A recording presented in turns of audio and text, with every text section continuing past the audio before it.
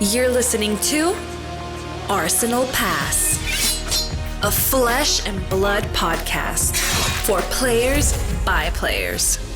And all about strategy, leveling up, and the latest news in the world of Rathe. Welcome to Arsenal Pass.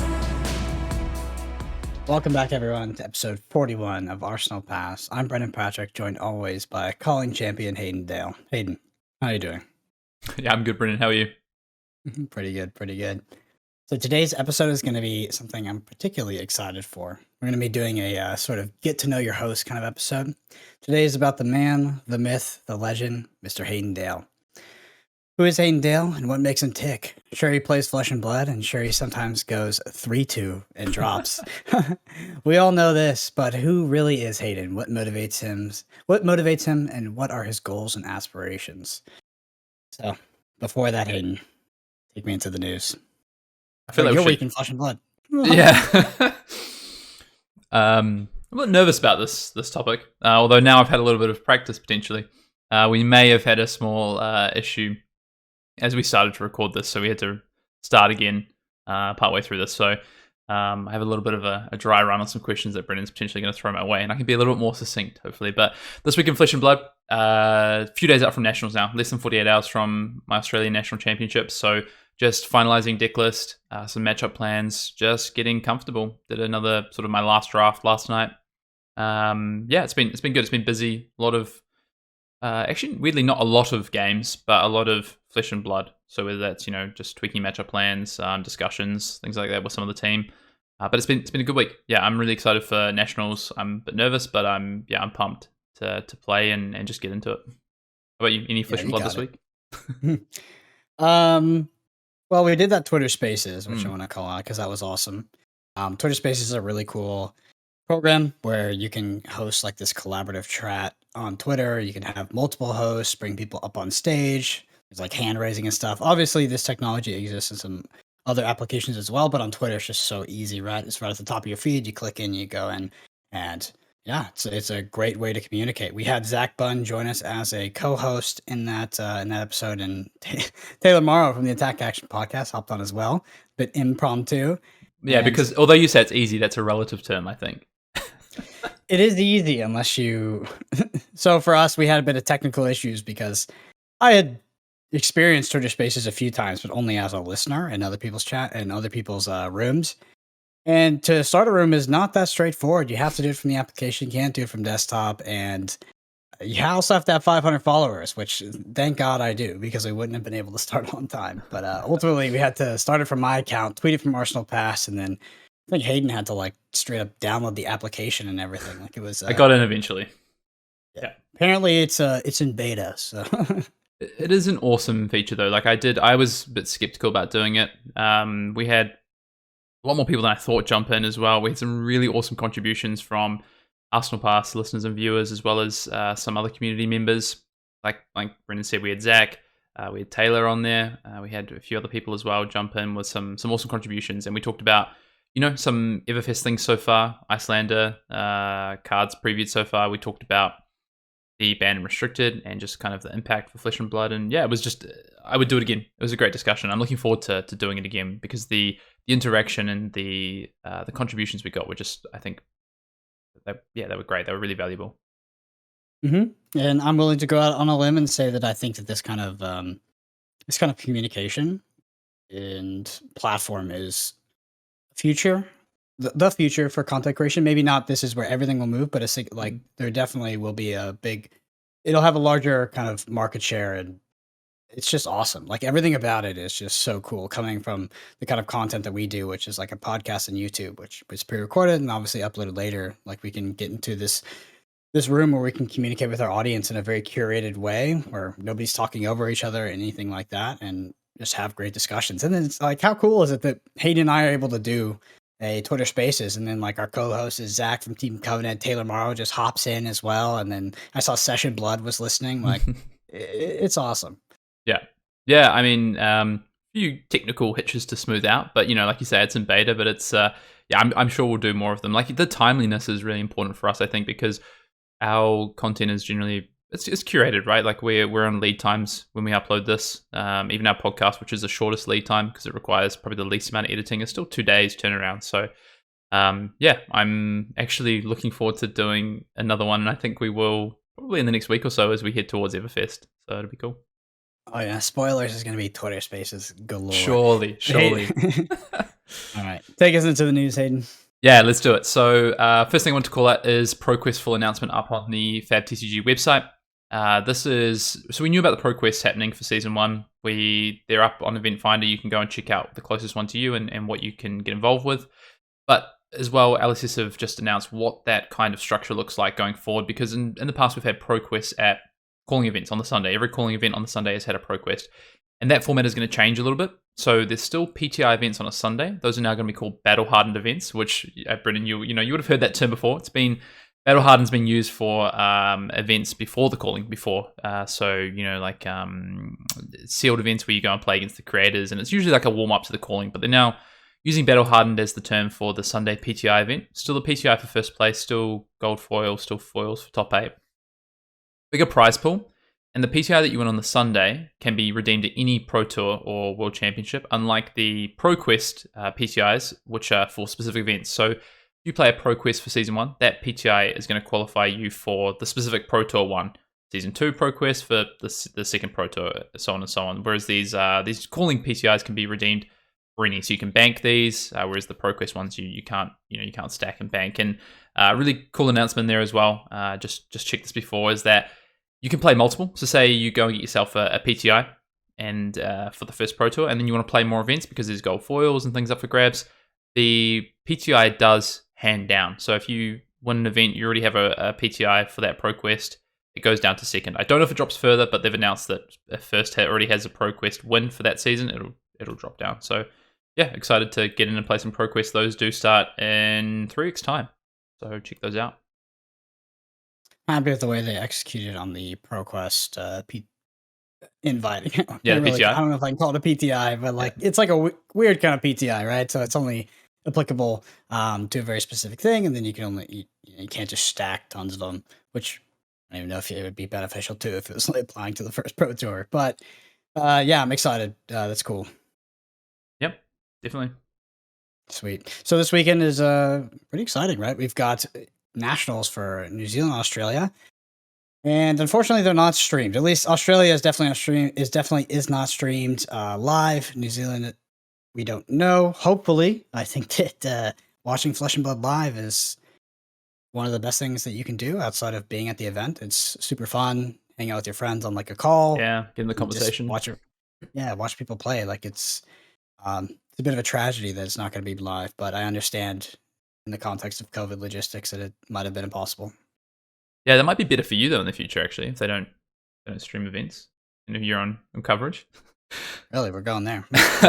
So they I know for Australia they are recording the games and they're going to be uploading those in the week following the event with commentary overlaid. They just had logistical issues at the venue with being able to stream. I think internet connections and facilities just unable to do so. So it's going to be recorded and then uploaded. So those matches will still be available, and that's really cool that we're going to get recordings of competitive Flesh and Blood from a national championship.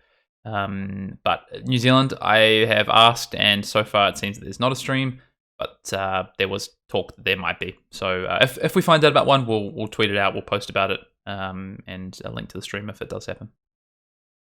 I feel like they could jerry rig a overheated camera. We all know what that's like, don't we? Yeah.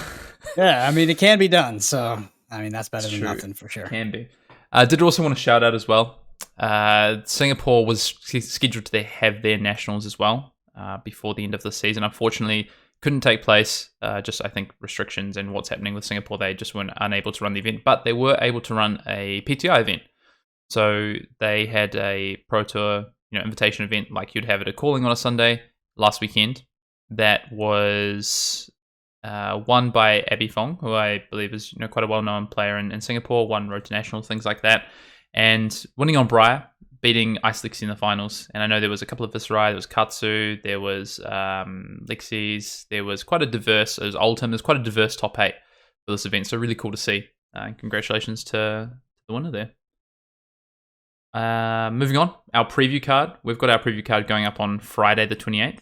It's Eastern Standard Time, so we're going to pop up a video of that. We've seen our card. It's awesome. I'm excited to talk about it. It's not what I was expecting, Brendan, to be honest, but I think there's, it's going to change some stuff, and it's cool that we have this card and we get to talk about it. And then we also have a booster pack that we get to open, which we're going to do. I think we've got a clip that we've already done, actually, because Brendan had the pack. We've already recorded the clip, and that's going to go up on the day after the Saturday, which is the 29th. So look out for that. Just a short clip. Most of the cards by then, I think, will be previewed and spoiled. But if there's any cards in our pack that we haven't seen yet, we'll be sure to shout those out.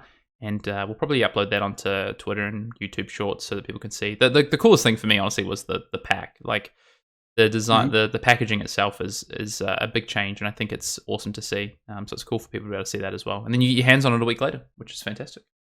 Yeah, so I opened the pack. It was better than the plastic pack in every way, That's cool. That is the concern. Like, obviously, this was a step in the right direction for sustainability purposes, but the quality stands up, and I would argue that it's actually better than the previous packs. It was much more sturdy, and the corners looked. Corners were cleaner than any set of corners I've ever seen come out of a Flesh and Blood pack. Like, they were actually not dinged. I don't mean that in a bad way, but we all been there. Where you get the white corners of the Flesh and Blood pack. So it was really it's really solid, and it's way more sturdy than the plastic counterpart. So yeah, I'm really happy this is up to the test. Yeah, fantastic. Yeah, I think the quality of cards coming out after Welcome to Rathe Alpha have just a slightly stepped down, and it's really exciting that we potentially have this new packaging and maybe a slightly different process to how they're doing things. Maybe there's a bit more time, the quality control's a bit higher, but hopefully we're going to see these a bit less whiting on corners and a bit less feel bad when you maybe open those packs and you have a dinged Majestic, Foil Majestic, whatever it is, cold foil. Tell you what though, just talking about opening of packs, I did a draft last night at my local store, and a player who was kind of, there's a few players at the table wanting to draft for Nationals, and then we had a player who was more keen to play Classic Constructed because there's like the last chance qualifier for Nationals because there's some free spots, just because of travel restrictions and things. So they're able to run a last chance qualifier for I think 4 slots for Nationals on Friday. So he was keen to play some games Constructed to practice. We ended up getting into the draft because there wasn't people there to play Classic Constructed, and he opened a Fable. So I just wanted to share that, and I know he listens to the pod, so I just wanted to shout out. What an opening a Fabled in a draft at your local store is a pretty good feeling.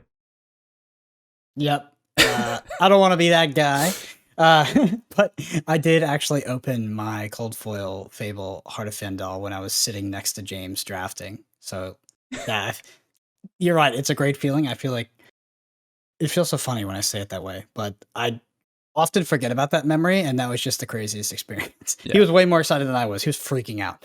I was just like, oh, sweet card. I was excited for it, yeah. I mean, it was a first edition caution, so yeah, really cool pull. In terms of other items, just to talk about, the LSS website have put up an article called Announcing Pro Tour 1. So this looks like we're going to get confirmed details of when and where the Pro Tour is happening. Speculation is North America, easy to travel, potentially Vegas. We don't know.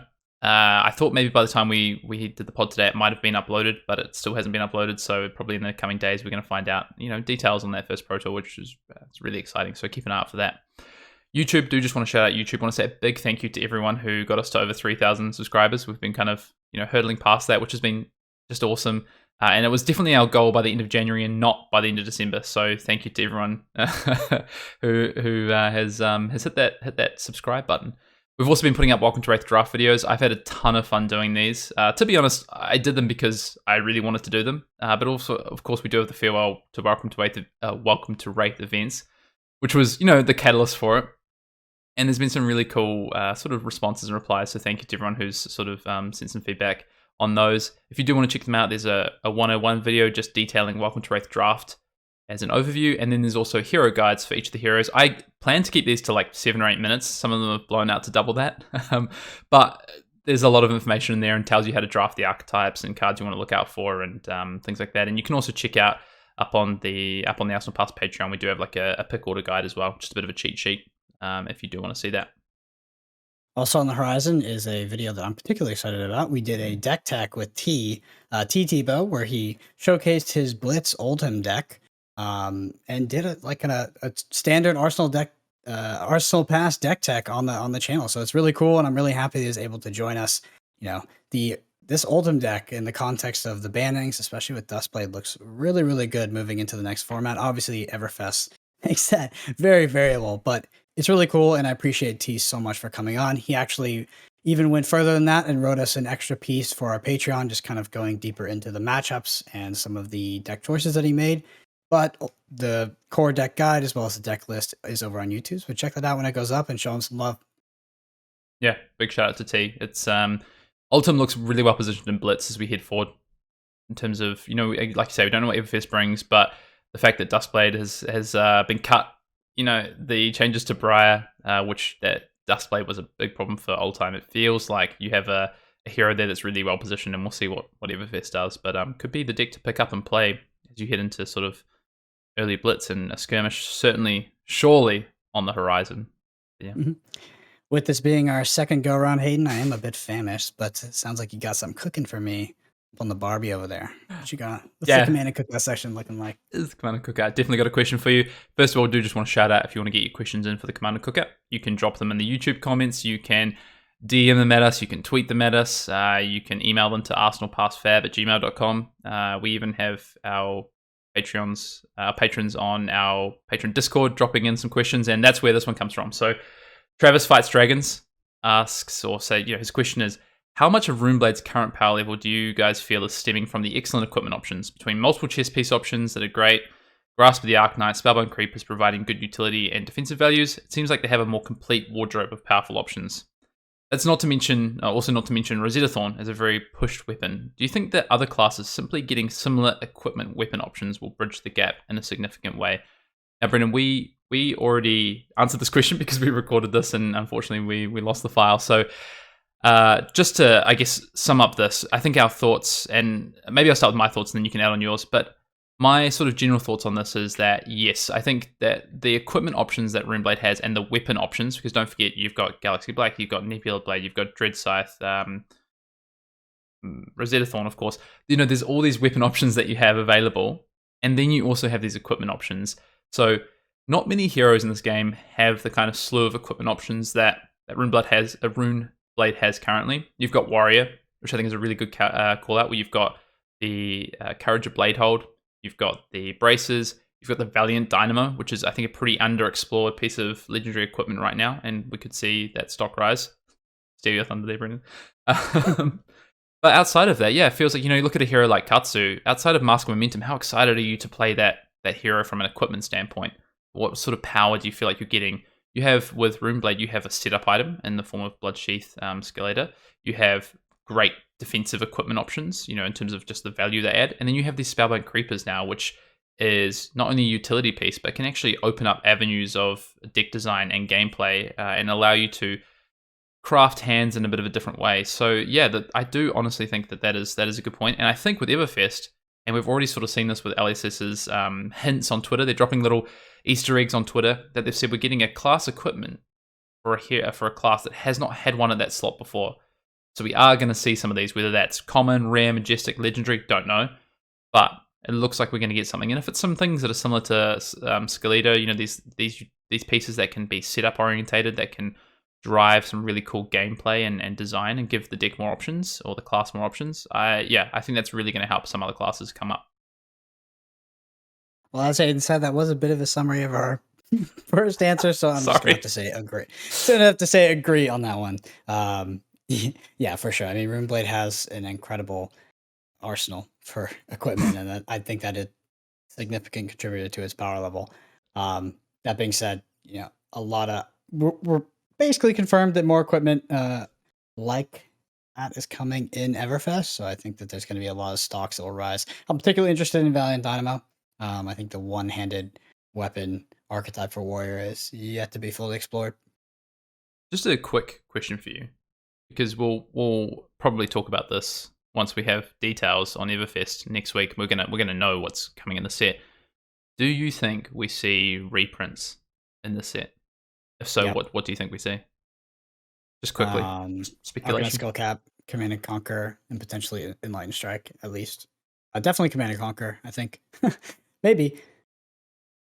I gotta just say that with conviction. I think, yes, I think. Not maybe. I'll stay. There was a I'll hint stick from to that. LSS, an Easter egg, a generic card that destroys cards. It can destroy cards in Arsenal. Is a Command and Conquer reprint? Maybe, maybe not. Seems a bit too on the nose if it's literally Command and Conquer. For LSS, usually they like to trick us. Maybe, but maybe this is a double bluff, you know? Yeah, double bluff. So Hayden, heading into the main topic here, I do not envy you having to answer some of these questions twice, especially the first one. But like I said, this is a get to know your host. This is the Tome of Fyendale, opening the book, reading the scripts. Hayden, I'm going to start out with a quote unquote normal question to give the audience a sort of baseline. Tell me about your history of Flesh and Blood. How'd you get into the game?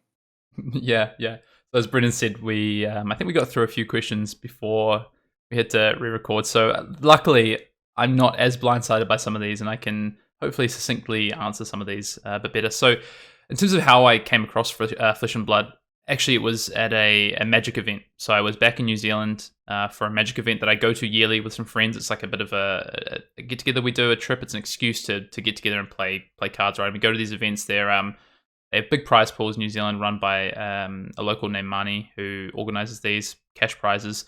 And in one of the final rounds of this event, I think it was before top 8, I think both me and this player were locked for top 8. But I was playing against Jason Chung, who was one of the developers for Flesh and Blood, and I was just asking him, what are you doing right now? What's happening now that kind of you're not playing on the Pro Tour for Magic anymore? And he was telling me, I'm a game designer. I'm designing for this game called Flesh and Blood. You should check it out. I know you live in Sydney. We're doing a big $10,000 tournament in Sydney in 2 months' time. Once we've released the game, so come and check it out. I just thought, yeah, maybe I'll go check it out. And then when I was like following on, like Facebook and stuff, and I saw that Flesh and Blood was being released, and they did the world premiere and stuff, and I saw that happening, and went and played some Ira decks. Me and my girlfriend went and played some Ira decks at like our local game store. Loved it. We're just like, oh, this game is, it's really simple. It's really awesome. Don't know what these slots over on the side here are doing, or what these things are here. What's equipment? But But like this game seems awesome, and then the game releases. Obviously, the system is fulfilled, and it's even more than we thought it was. Pick up some of the hero decks, just play those, learn the heroes. Pick up some booster boxes. We start building sealed decks, and then good friend of mine, Jason Long, comes over to Sydney for the calling. So that couple of days before, stays with me. We play some more sealed, helps us, with the format because he's just come off the back of top 8ing the Auckland calling, and then we go along to the Sydney calling. Already loving the game, to be honest. And then just everything about the event kind of hooked me.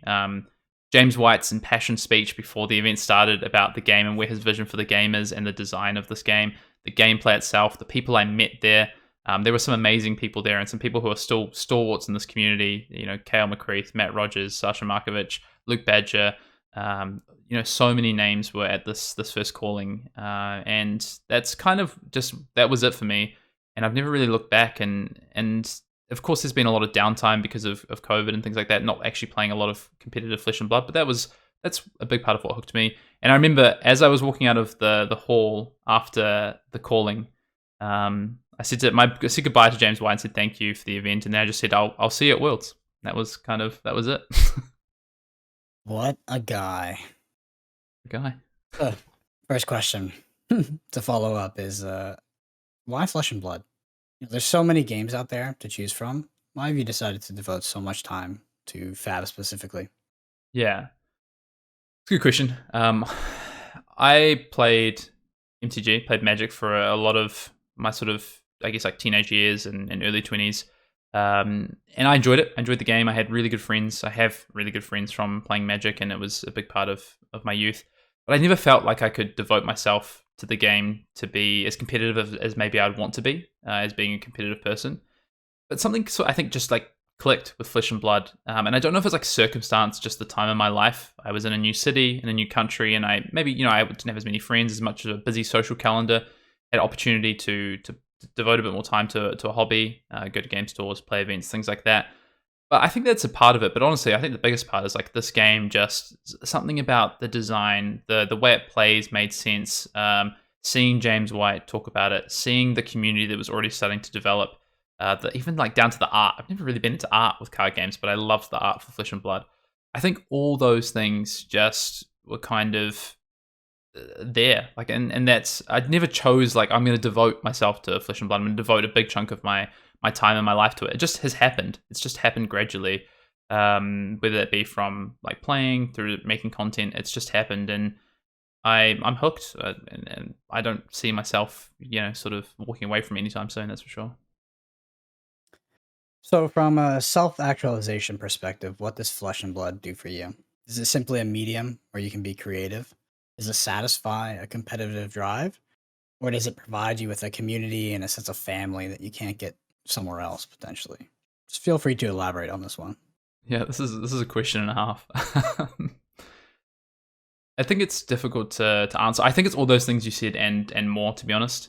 Community, creativity, competitive drive is massive for me. That's a big part of things I've always been attracted to is around competition.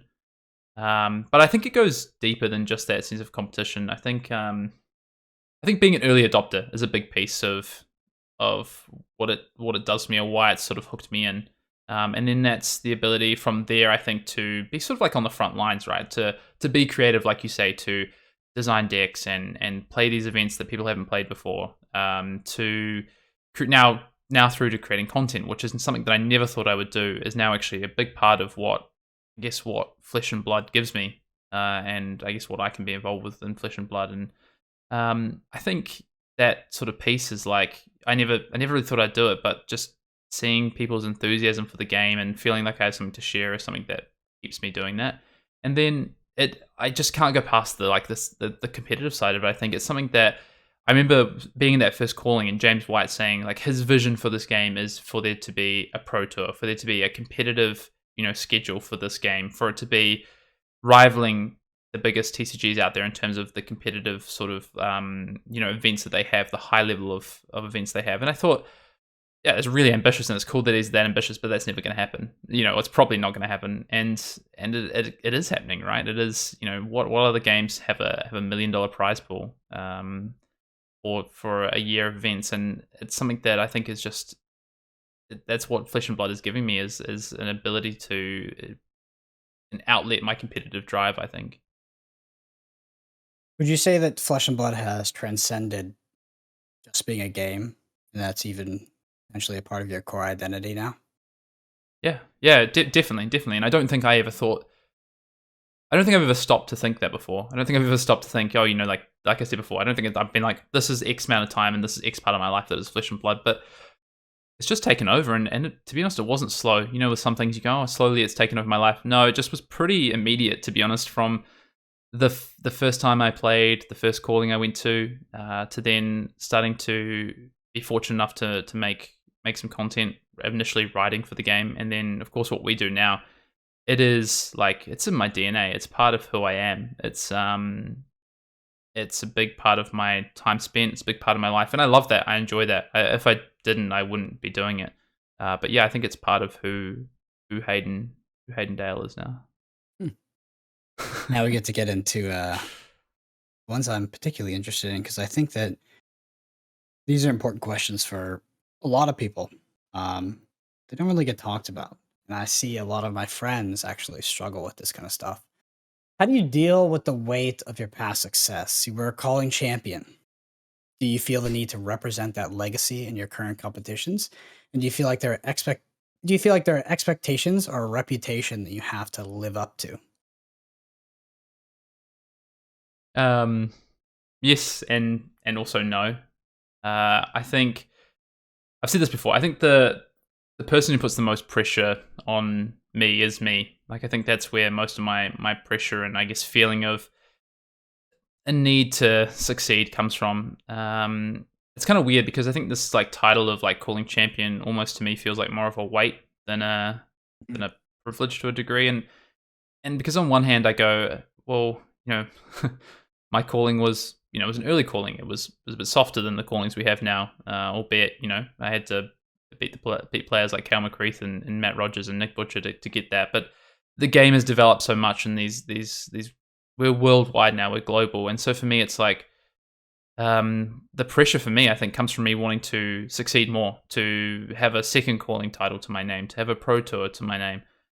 That's where I think, and I don't feel like the outward pressure. I don't feel like I have people in the community who put that pressure on me. I feel like it's comes from me personally, and there might be people who feel like I should be succeeding, and I want to be. But I don't think I don't think I have anything to live up to. I don't feel like I have anything to live up to for other people. I think it's for me. And there's a certain group of people in my life that I really care about what they think. My really close friends and family. And then I care what our community thinks. I care about what the Arsenal Pass sort of family and community thinks. But they're pretty supportive. We have a really supportive group of people around us. So I don't. I honestly don't feel like there's like a legacy or a weight that's expected of me. I think it's more an internal thing, to be honest. So you've answered, to an extent, you answered kind of the macro portion of my next question. Okay. But I want to ask you this question in the context of, do you ever, for a moment, feel this way? And if you do, talk to me about that feeling, right? I want you to dig into it, because I know, even if you're not someone who struggles with it on kind of a daily basis over a longer period of time, I know a lot of people that that feel this way, and it really kind of eats them. And that's, do your failures in competitive Flesh and Blood ever make you feel like a fraud? Or do you feel like you're not the person that everyone thinks you are, or the person that even you think you are? Maybe. But I think mostly no. I think it's natural to feel, like sometimes you don't do well, and that feels like maybe you're a fraud to others or to yourself, or you've disappointed people, or you've disappointed yourself is a big thing. But I think I'm really adamant that I'm not defined by my success. I think in these events, I think I'm defined by who I am as a person. The things that I say, the things I do, the actions I take, how I am with people. I think those are the ways that I'm defined, and whether that's true or whether that's just how I see it, that is at least how I see it. But I think for me, success is a part of who I am, and it's what I want to have and achieve. So yeah, there's definitely times where I think about the Auckland calling where I went 2-2 or 2-3 drop, whatever it was. I didn't make day 2. And the half an hour after that was a really difficult time. It sucked. It was crap. I went for a walk. I sort of reflected on what had happened. But my initial thought wasn't, oh, what are people going to think about me doing this? My initial thought was, I'm really disappointed that I'm not going to get to go and draft on day 2 and fight for a top 8 here. But then in the back of my head, after a little bit of time, I go, man, when we talk about this on the pod, are people going to think oh, Hayden, he's not very good at the game, or he should have been more successful. He should have at least made day 2. All these things kind of go through your head. But you know what? I push them out pretty quickly because they don't matter, right? At the end of the day, one of the biggest thoughts I think you can have, and this is definitely the kind of mind frame I think I have now, is after that calling, 45 minutes after that, my thought was, there's a pro quest tomorrow. I'm going to get ready for that. I'm going to go and win that pro quest. There's an event next week. There's another calling down the road. This isn't the last event I'm ever going to play. There's more chances for success, and that's kind of where my focus is. So no, I don't think I feel like a fraud or anything like that. I think those thoughts might go through your head, but it needs to be a small part of the way you think, if anything at all. Talk to me about what it means to be process oriented rather than results oriented. It's a good one. Yeah, I think that's something that you've really helped me with, to be honest, and something that's been a big part of how we've not just gone after what we're doing with Arsenal Pass, but also how we test and how we prepare for events, is that we are process orientated. Results they're desirable, and they're what we want to have, right? We want to have success. We want to win events. We want to play on the Pro Tour. We want to play World Championships. We want to win those. But you know what? If you don't enjoy what you're doing, why are you doing it? I wouldn't do it. If I didn't enjoy the process of testing, of preparing, of trying to break formats, of trying to understand and learn, that is the biggest part of it. And that's the stuff I enjoy. And that's actually a big part, I think, of why we do content, because that journey, that process is something that we want to share as well. So I think to be happy, you kind of have to be process oriented, and actually to be successful, I think you often need to be process oriented, because if you're only results oriented, you can miss so many things. You can get to your event, and you know what? You've been so focused on the event and the micro of the event that your process has just not been right. The flagpole, destination point, whatever word you want to use, it always moves, right? Pin, yeah, the goal, Yeah, Oh yeah, always moves, and this is the classic of the journey, not the destination. I think for it's true, a for true. it's an active battle to learn and find a way to find joy in the journey, right? Yeah, I mean, like I said, if I was only results orientated and only thought about say nationals this weekend, and the process was unenjoyable or it just didn't matter to me, I probably wouldn't do it. I might still play the game and I might still want to compete, but I'd be less successful because my process wouldn't be in the right spot. I'd be coming to events with little preparation, not doing the things that I feel like I do to try and be successful, to try and have a good event. And then at the end of the day, like we just talked about, the results. To be honest, the results are secondary. Like they honestly are, which is weird to say, but it's because this is a hobby at the end of the day, right? This is a game that I play for the passion of it. It's not my job. It's not my career. It's something that I enjoy and love doing. And to be honest, I think that about your career and your job as well. But especially when it comes to your hobby, I think that the process and the enjoyment has to be there. I'm happy you I see you corrected, 'cause smiling. I would have dug into that one for you, but it's coming up later. Don't Okay, worry. all right. So, why do you do content? You spend so much time, so much energy. What motivates you? Like, what's the point? What's your goal? Why do you do it? Yeah, I mean, I think at first it was an opportunity. It was I am enjoying this game. I'm loving it. There's very little content out there. Let's write some articles. Let's write about, I think my first two articles I wrote were about Viscerai. No one's talking about this hero. I'm really enjoying playing it. Here's some articles about it. And then I was offered an opportunity to write for Channel Fireball and continue to do that, to share knowledge, get people into the game. And that's the biggest part of it. And it continues to be for me, is like, show people the game, give them value, teach people the things that I've learned, whether it be like core fundamentals, whether it be the things we're learning in our testing and our process. And that is a big part of it. But I think it's become so much more for me. I think it's become, for me now, I feel like the reason I do content is to provide entertainment, it's to provide knowledge, it's education, it's community building, to be honest. And it's friendship as well. Like the friendships I've made through doing content, whether it be, me and you, Brendan, the friendship that we have now, be that with other people that have now I've become friends with because of the content. I think of people like Zach Bunn from Team Covenant, through, first meeting him because we wanted to have him, or for me, wanting to have him on the channel and to discuss with him, and then becoming friends. Like, this has been a big part of it for me. And the Arsenal Pass, like, family and community we have around us, I think in my head and deep down, I feel like that's a big part of why I do it and continue to do it. And because it's fun. I just love doing it. If I didn't, again, just like playing, I just wouldn't. If I didn't enjoy it and I didn't feel like I could impart some value, I just wouldn't do it. Yeah. My favorite word when talking about continuing to do things, why you do things, and particularly Arsenal passes, accountability. Like, I think you develop a level of accountability to the people you work with. Whether for me it's Hayden Dale, my friends, like Hayden said, you could say Zach Bunn as an example, and also the audience, the people that enjoy it, the people that keep going back and are willing to spend their time, right? Because I think that's actually, an asset that they're giving up to consume Arsenal Pass content. And it's non-zero, right? It matters. We appreciate it.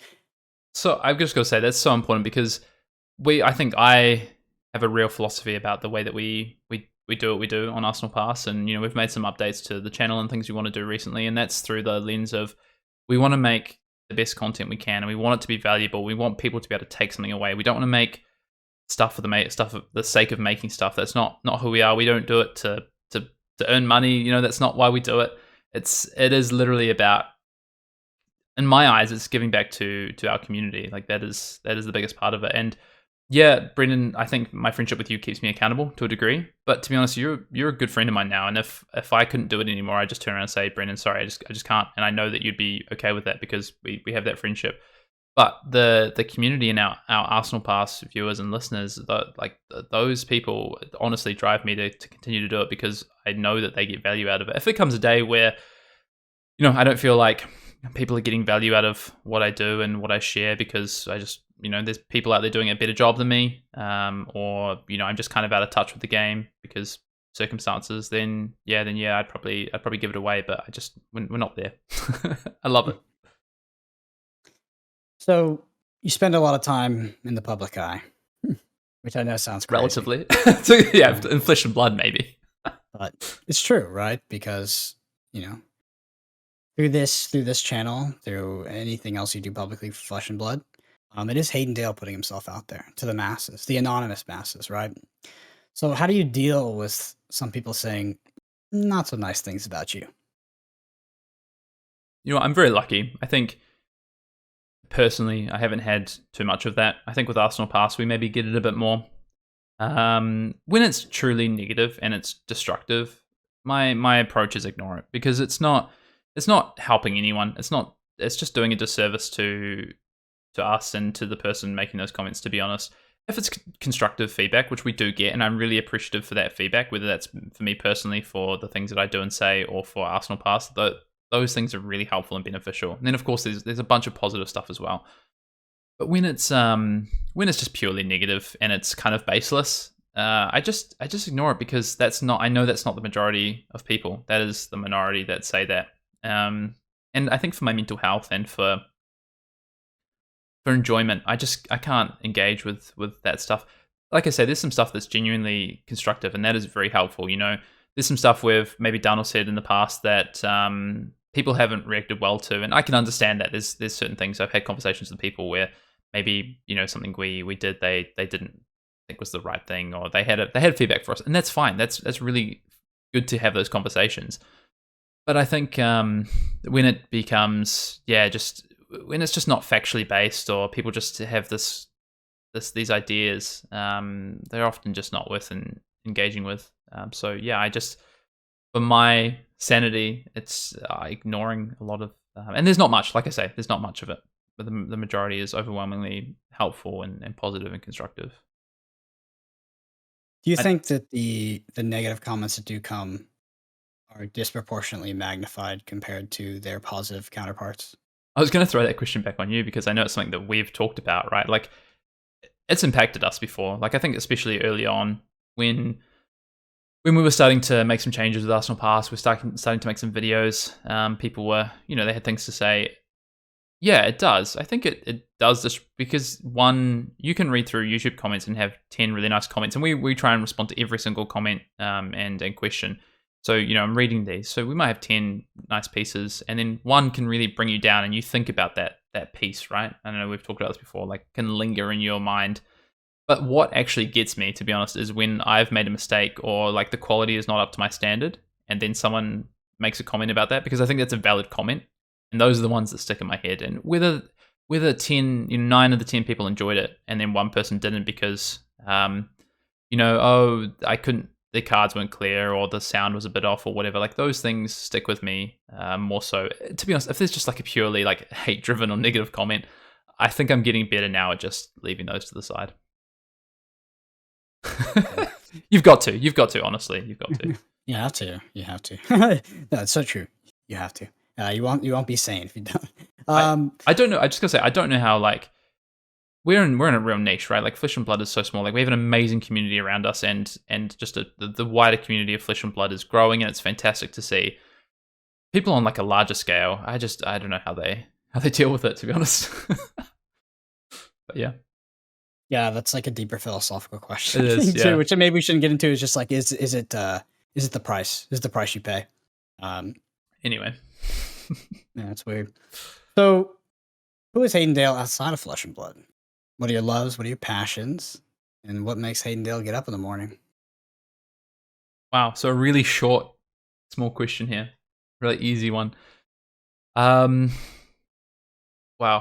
So I think my circumstances in my life give me fuel, right? Like, the things I have in my life are what fuels me to get up in the morning. So my passions, my career, what I do in my spare time, my love of fitness, like, all these things, my love of achievement, like, these are the things that probably get me up in the morning. In terms of like what my loves and passions are, well, I mean, Flesh and Blood is now a big part of that, right?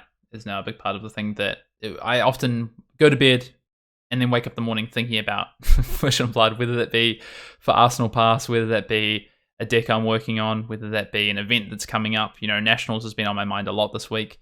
That's a passion for me.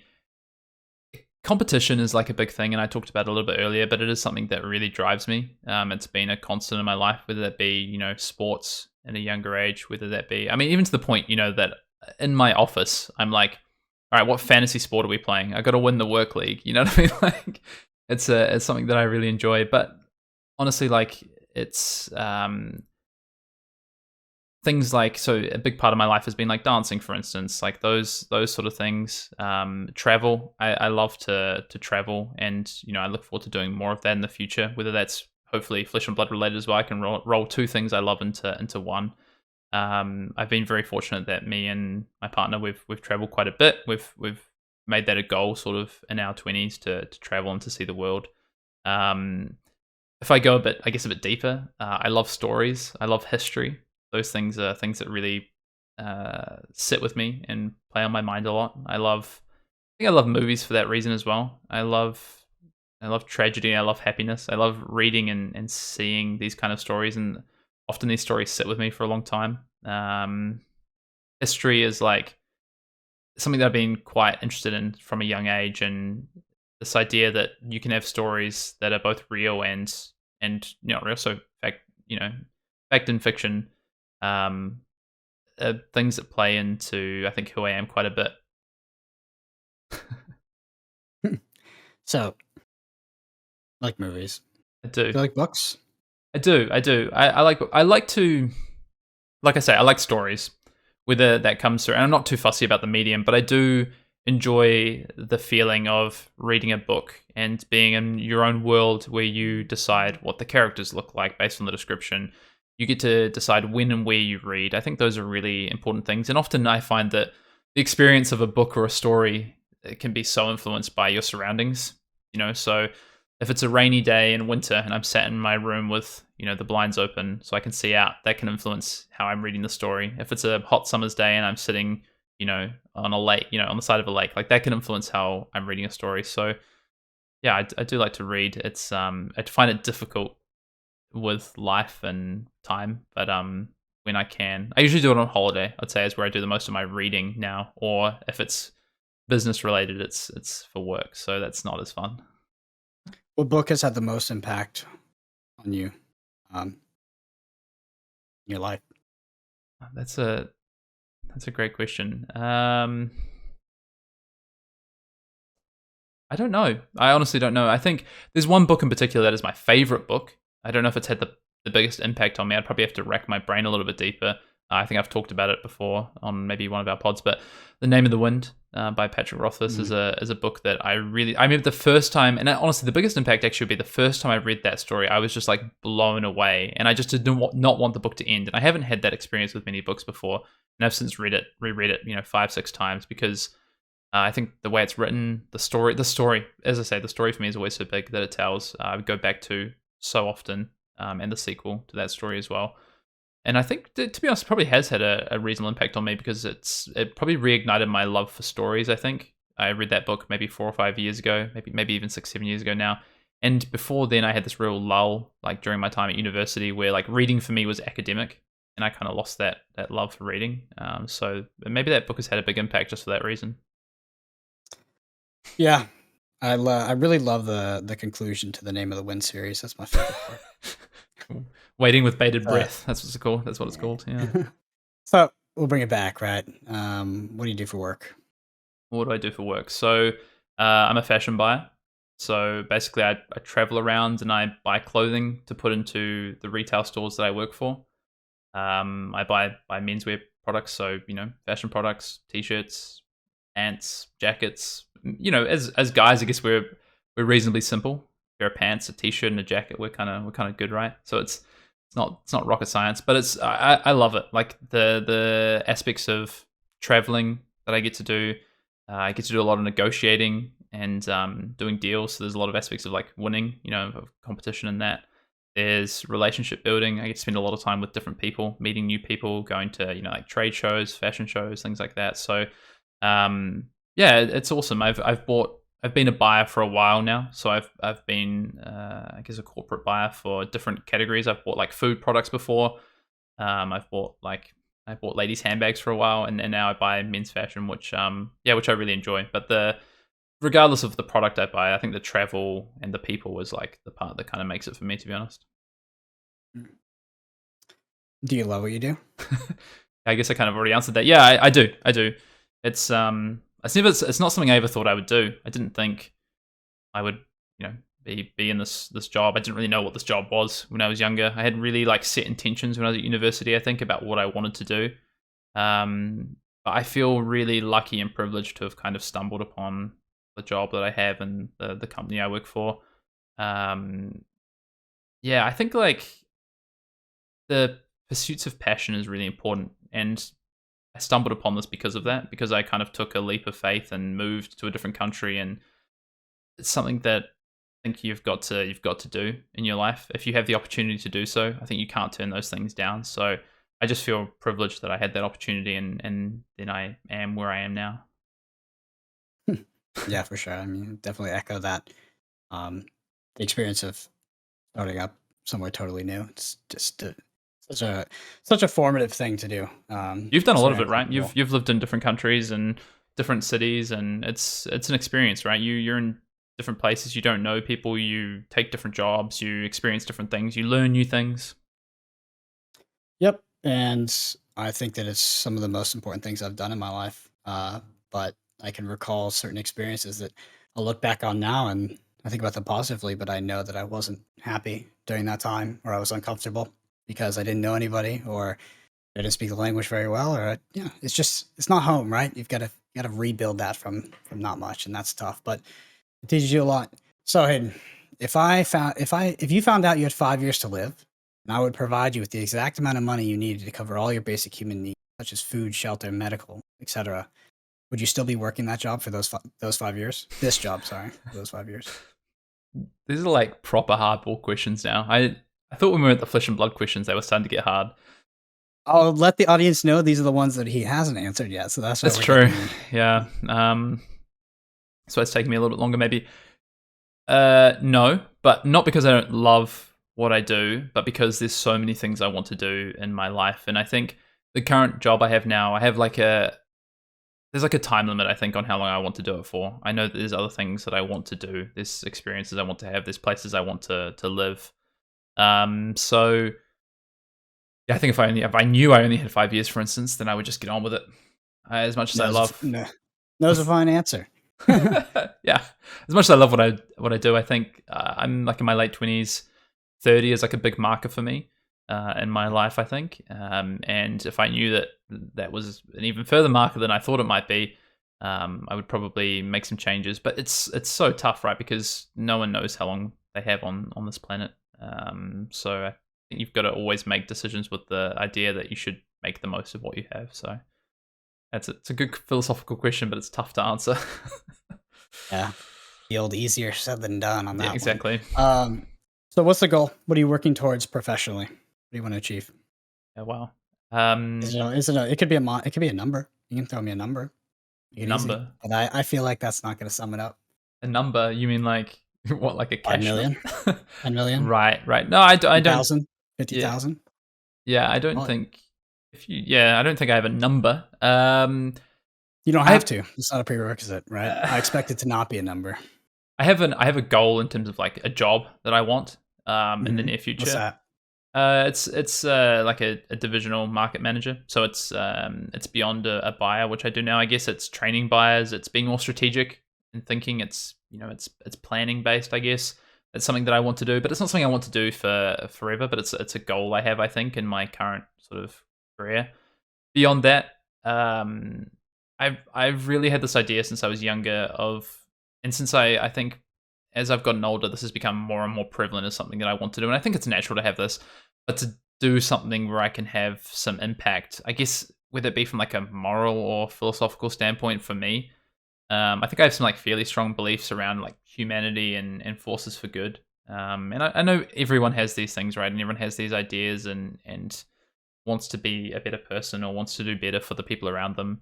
But I think I have a goal that I want that to be a part of my life at some point and a part of what I do. I just don't know what that is. I don't know what that looks like, or where or when that would be. I just know that I think the job and the career that I'm in, as much as I love it, I don't know if it's the right fit for my sort of, I guess, my long-term beliefs. It sounds really corny, but I think it's. Nope. I have these ideals that I want to make sure that I give back to at some point in my life. I just need to work out what that looks like. I haven't done it yet. Do you think, or are you afraid that there's a risk that you always plan to do that, but you'll never find the time? I can't wait to turn these questions back on you at some point. Oh, no way. No chance. Yeah, definitely. But this goes back to what I said before. Like, you have to take these leaps. Like, so say the opportunity came up, I think I would take it now, knowing what I know now and where I am in my life. I always thought it might be like something political. I just don't think I could do that, to be honest. I think politics would be hard. Even local sort of politics would be hard. I just don't know if that's the place where I'd have an impact. But maybe if something came up where I felt like it was an opportunity for me to do some of the things that I know long term I want to do, I think at this point in my life, like, I would just take it. But yeah, I mean, sometimes you have to make the opportunities happen, right? They don't just manifest themselves. So it's easy to have the ideals and the ambitions and the end goals, but if you kind of never make steps towards it, they're probably not going to happen. So yeah. Mm-hmm. Let's imagine that your life is a book that's 500 pages long. Tell me a little bit about what's on and around page 350. There's some math there. It's so weird. I think, when you read a book, right? And you go, there's a timeline in a book, but the timeline isn't even. It's not like you spend one chapter with the character for each year of their age, right? It's generally not how it is. You might spend phases with them that are more important, that are more formative. There, maybe if it's a coming of age story, like the adolescence will be like 50% of the, 80% of the book, maybe even. Unless we're talking about Harry Potter, right? He gets 7 years, but you don't see much after that, whatever it is. So I think for me, page 350 could be right now, or it could be in 30 years' time. It really depends on like where I think the biggest parts of my life are yet to be. The essence is look at that sequentially, right? And then if you want hints, it's like family, kids, Exactly. job. Where do you want to be living? You want to be in Australia? You want to be in New Zealand? Like, what are you doing? Where do you want to be kind of in your middle to late age, right? We're past the halfway mark. We're settling down. What does that look like for Hayden Dale? I don't know. Honestly, I don't know. I think it's going to depend. There's so many things I want to do, and it depends on like timelines of those. I want to live in another country. I want to do a different job at some point. I want to have a different career at some point. Probably, if I was to put some money on it, what it probably looks like me being around family and friends and the people that mean the most to me. I think that's probably what it looks like. All right. I got some yes and no ones, and then just some fun ones after that. The yes and some no fun ones. fun Thank you. Well. Yeah. Not that I haven't enjoyed doing this. I think I don't know if people will find this me interesting. I've definitely reflected on some of these questions you've asked me, and they've not been easy. Yeah, we got some rapid fire ones. All right. Again, this is just yes or no. Do you ever feel like your life is ending and that you're nothing but a passenger, lacking the control to appreciate every moment for the gift that it is? Easy, quick fire. Yes or no? No, I don't. I don't feel like that. You're almost 30. How does that? Does it feel like time is speeding up? Yeah, definitely, 100%. Every year that goes by, I feel like is faster. You have less time, less free time, more commitments, more responsibilities. Yeah. People said that to me. I think like when I was younger, right? Like as you get to the peak in your life, you have less time, and then once you get older, maybe you have a bit more time. But yeah, it definitely feels like that. Is it easier to love or be loved? Is it easier to love or to be loved? I think it depends on the person. I think for me, it's easier to be loved. Okay. This is not yes or no. If you had to go back 10 years in time and give yourself advice, not financial advice, like buy Bitcoin, what would you say? I had to go back 10 years in time and give myself some advice. Yep. Probably just be more willing to fail, I think. That's good. I've played it so. I think in my younger years, especially, I played it so safe, and I don't mean as in like, oh, like I don't have a desire to go skydiving, for instance, and that's not because of like maybe a safety thing. I just don't really want to do it. I don't mean like that. I mean just take some more risks. I think the first like real risk I ever took in my life was like moving country and kind of just moving for something I didn't really know much about. And to be honest, I wish if I don't regret it, but I think if I was to tell myself, younger self, it's like just be be willing to fail. I think a bit more. Don't be so, I guess, attached to success that you then fail to even take some risks. It's an ego thing, right? For sure, so is. Yeah, it's like want to be the best, but maybe I just make it easy. Yeah, it's this weird relationship with failure and its effect on your identity and who you are. So you see yourself as someone who doesn't fail, and then you ended up it's like a weird toxic relationship there that kind of leads you to just not trying things and not succeeding. Yeah, that's a good advice. I like it. So that actually concludes this little interrogation. For me, it was interesting. I like it. Like I really like to dig in what motivates the person to do what they do, because we know Hayden Dale on a very surface level. Does content with the podcast, the videos. He plays Flesh and Blood, but I just love to listen about why he does all those things. It's so fascinating to me, and I think we got a lot of really good answers today. I hope that. What did you think on the other side of it? Tough. I felt like it was a grilling. It's so funny. I listened back to the things I said, and I think it is me. Like the I guess the answers I gave are just who I am. It's so funny. I think I'm becoming more comfortable about being who I am in front of other people in terms of especially what we do with Arsenal Pass. I think when we first started, I was really guarded and reluctant to talk about me at all. To be honest, if you'd asked me to do this maybe 3 or 4 months ago, I probably would have told you to piss off, and we're not doing it. Yeah, for sure. But I feel really comfortable with like our community, with what Arsenal Pass has become with you as well. Like our friendship.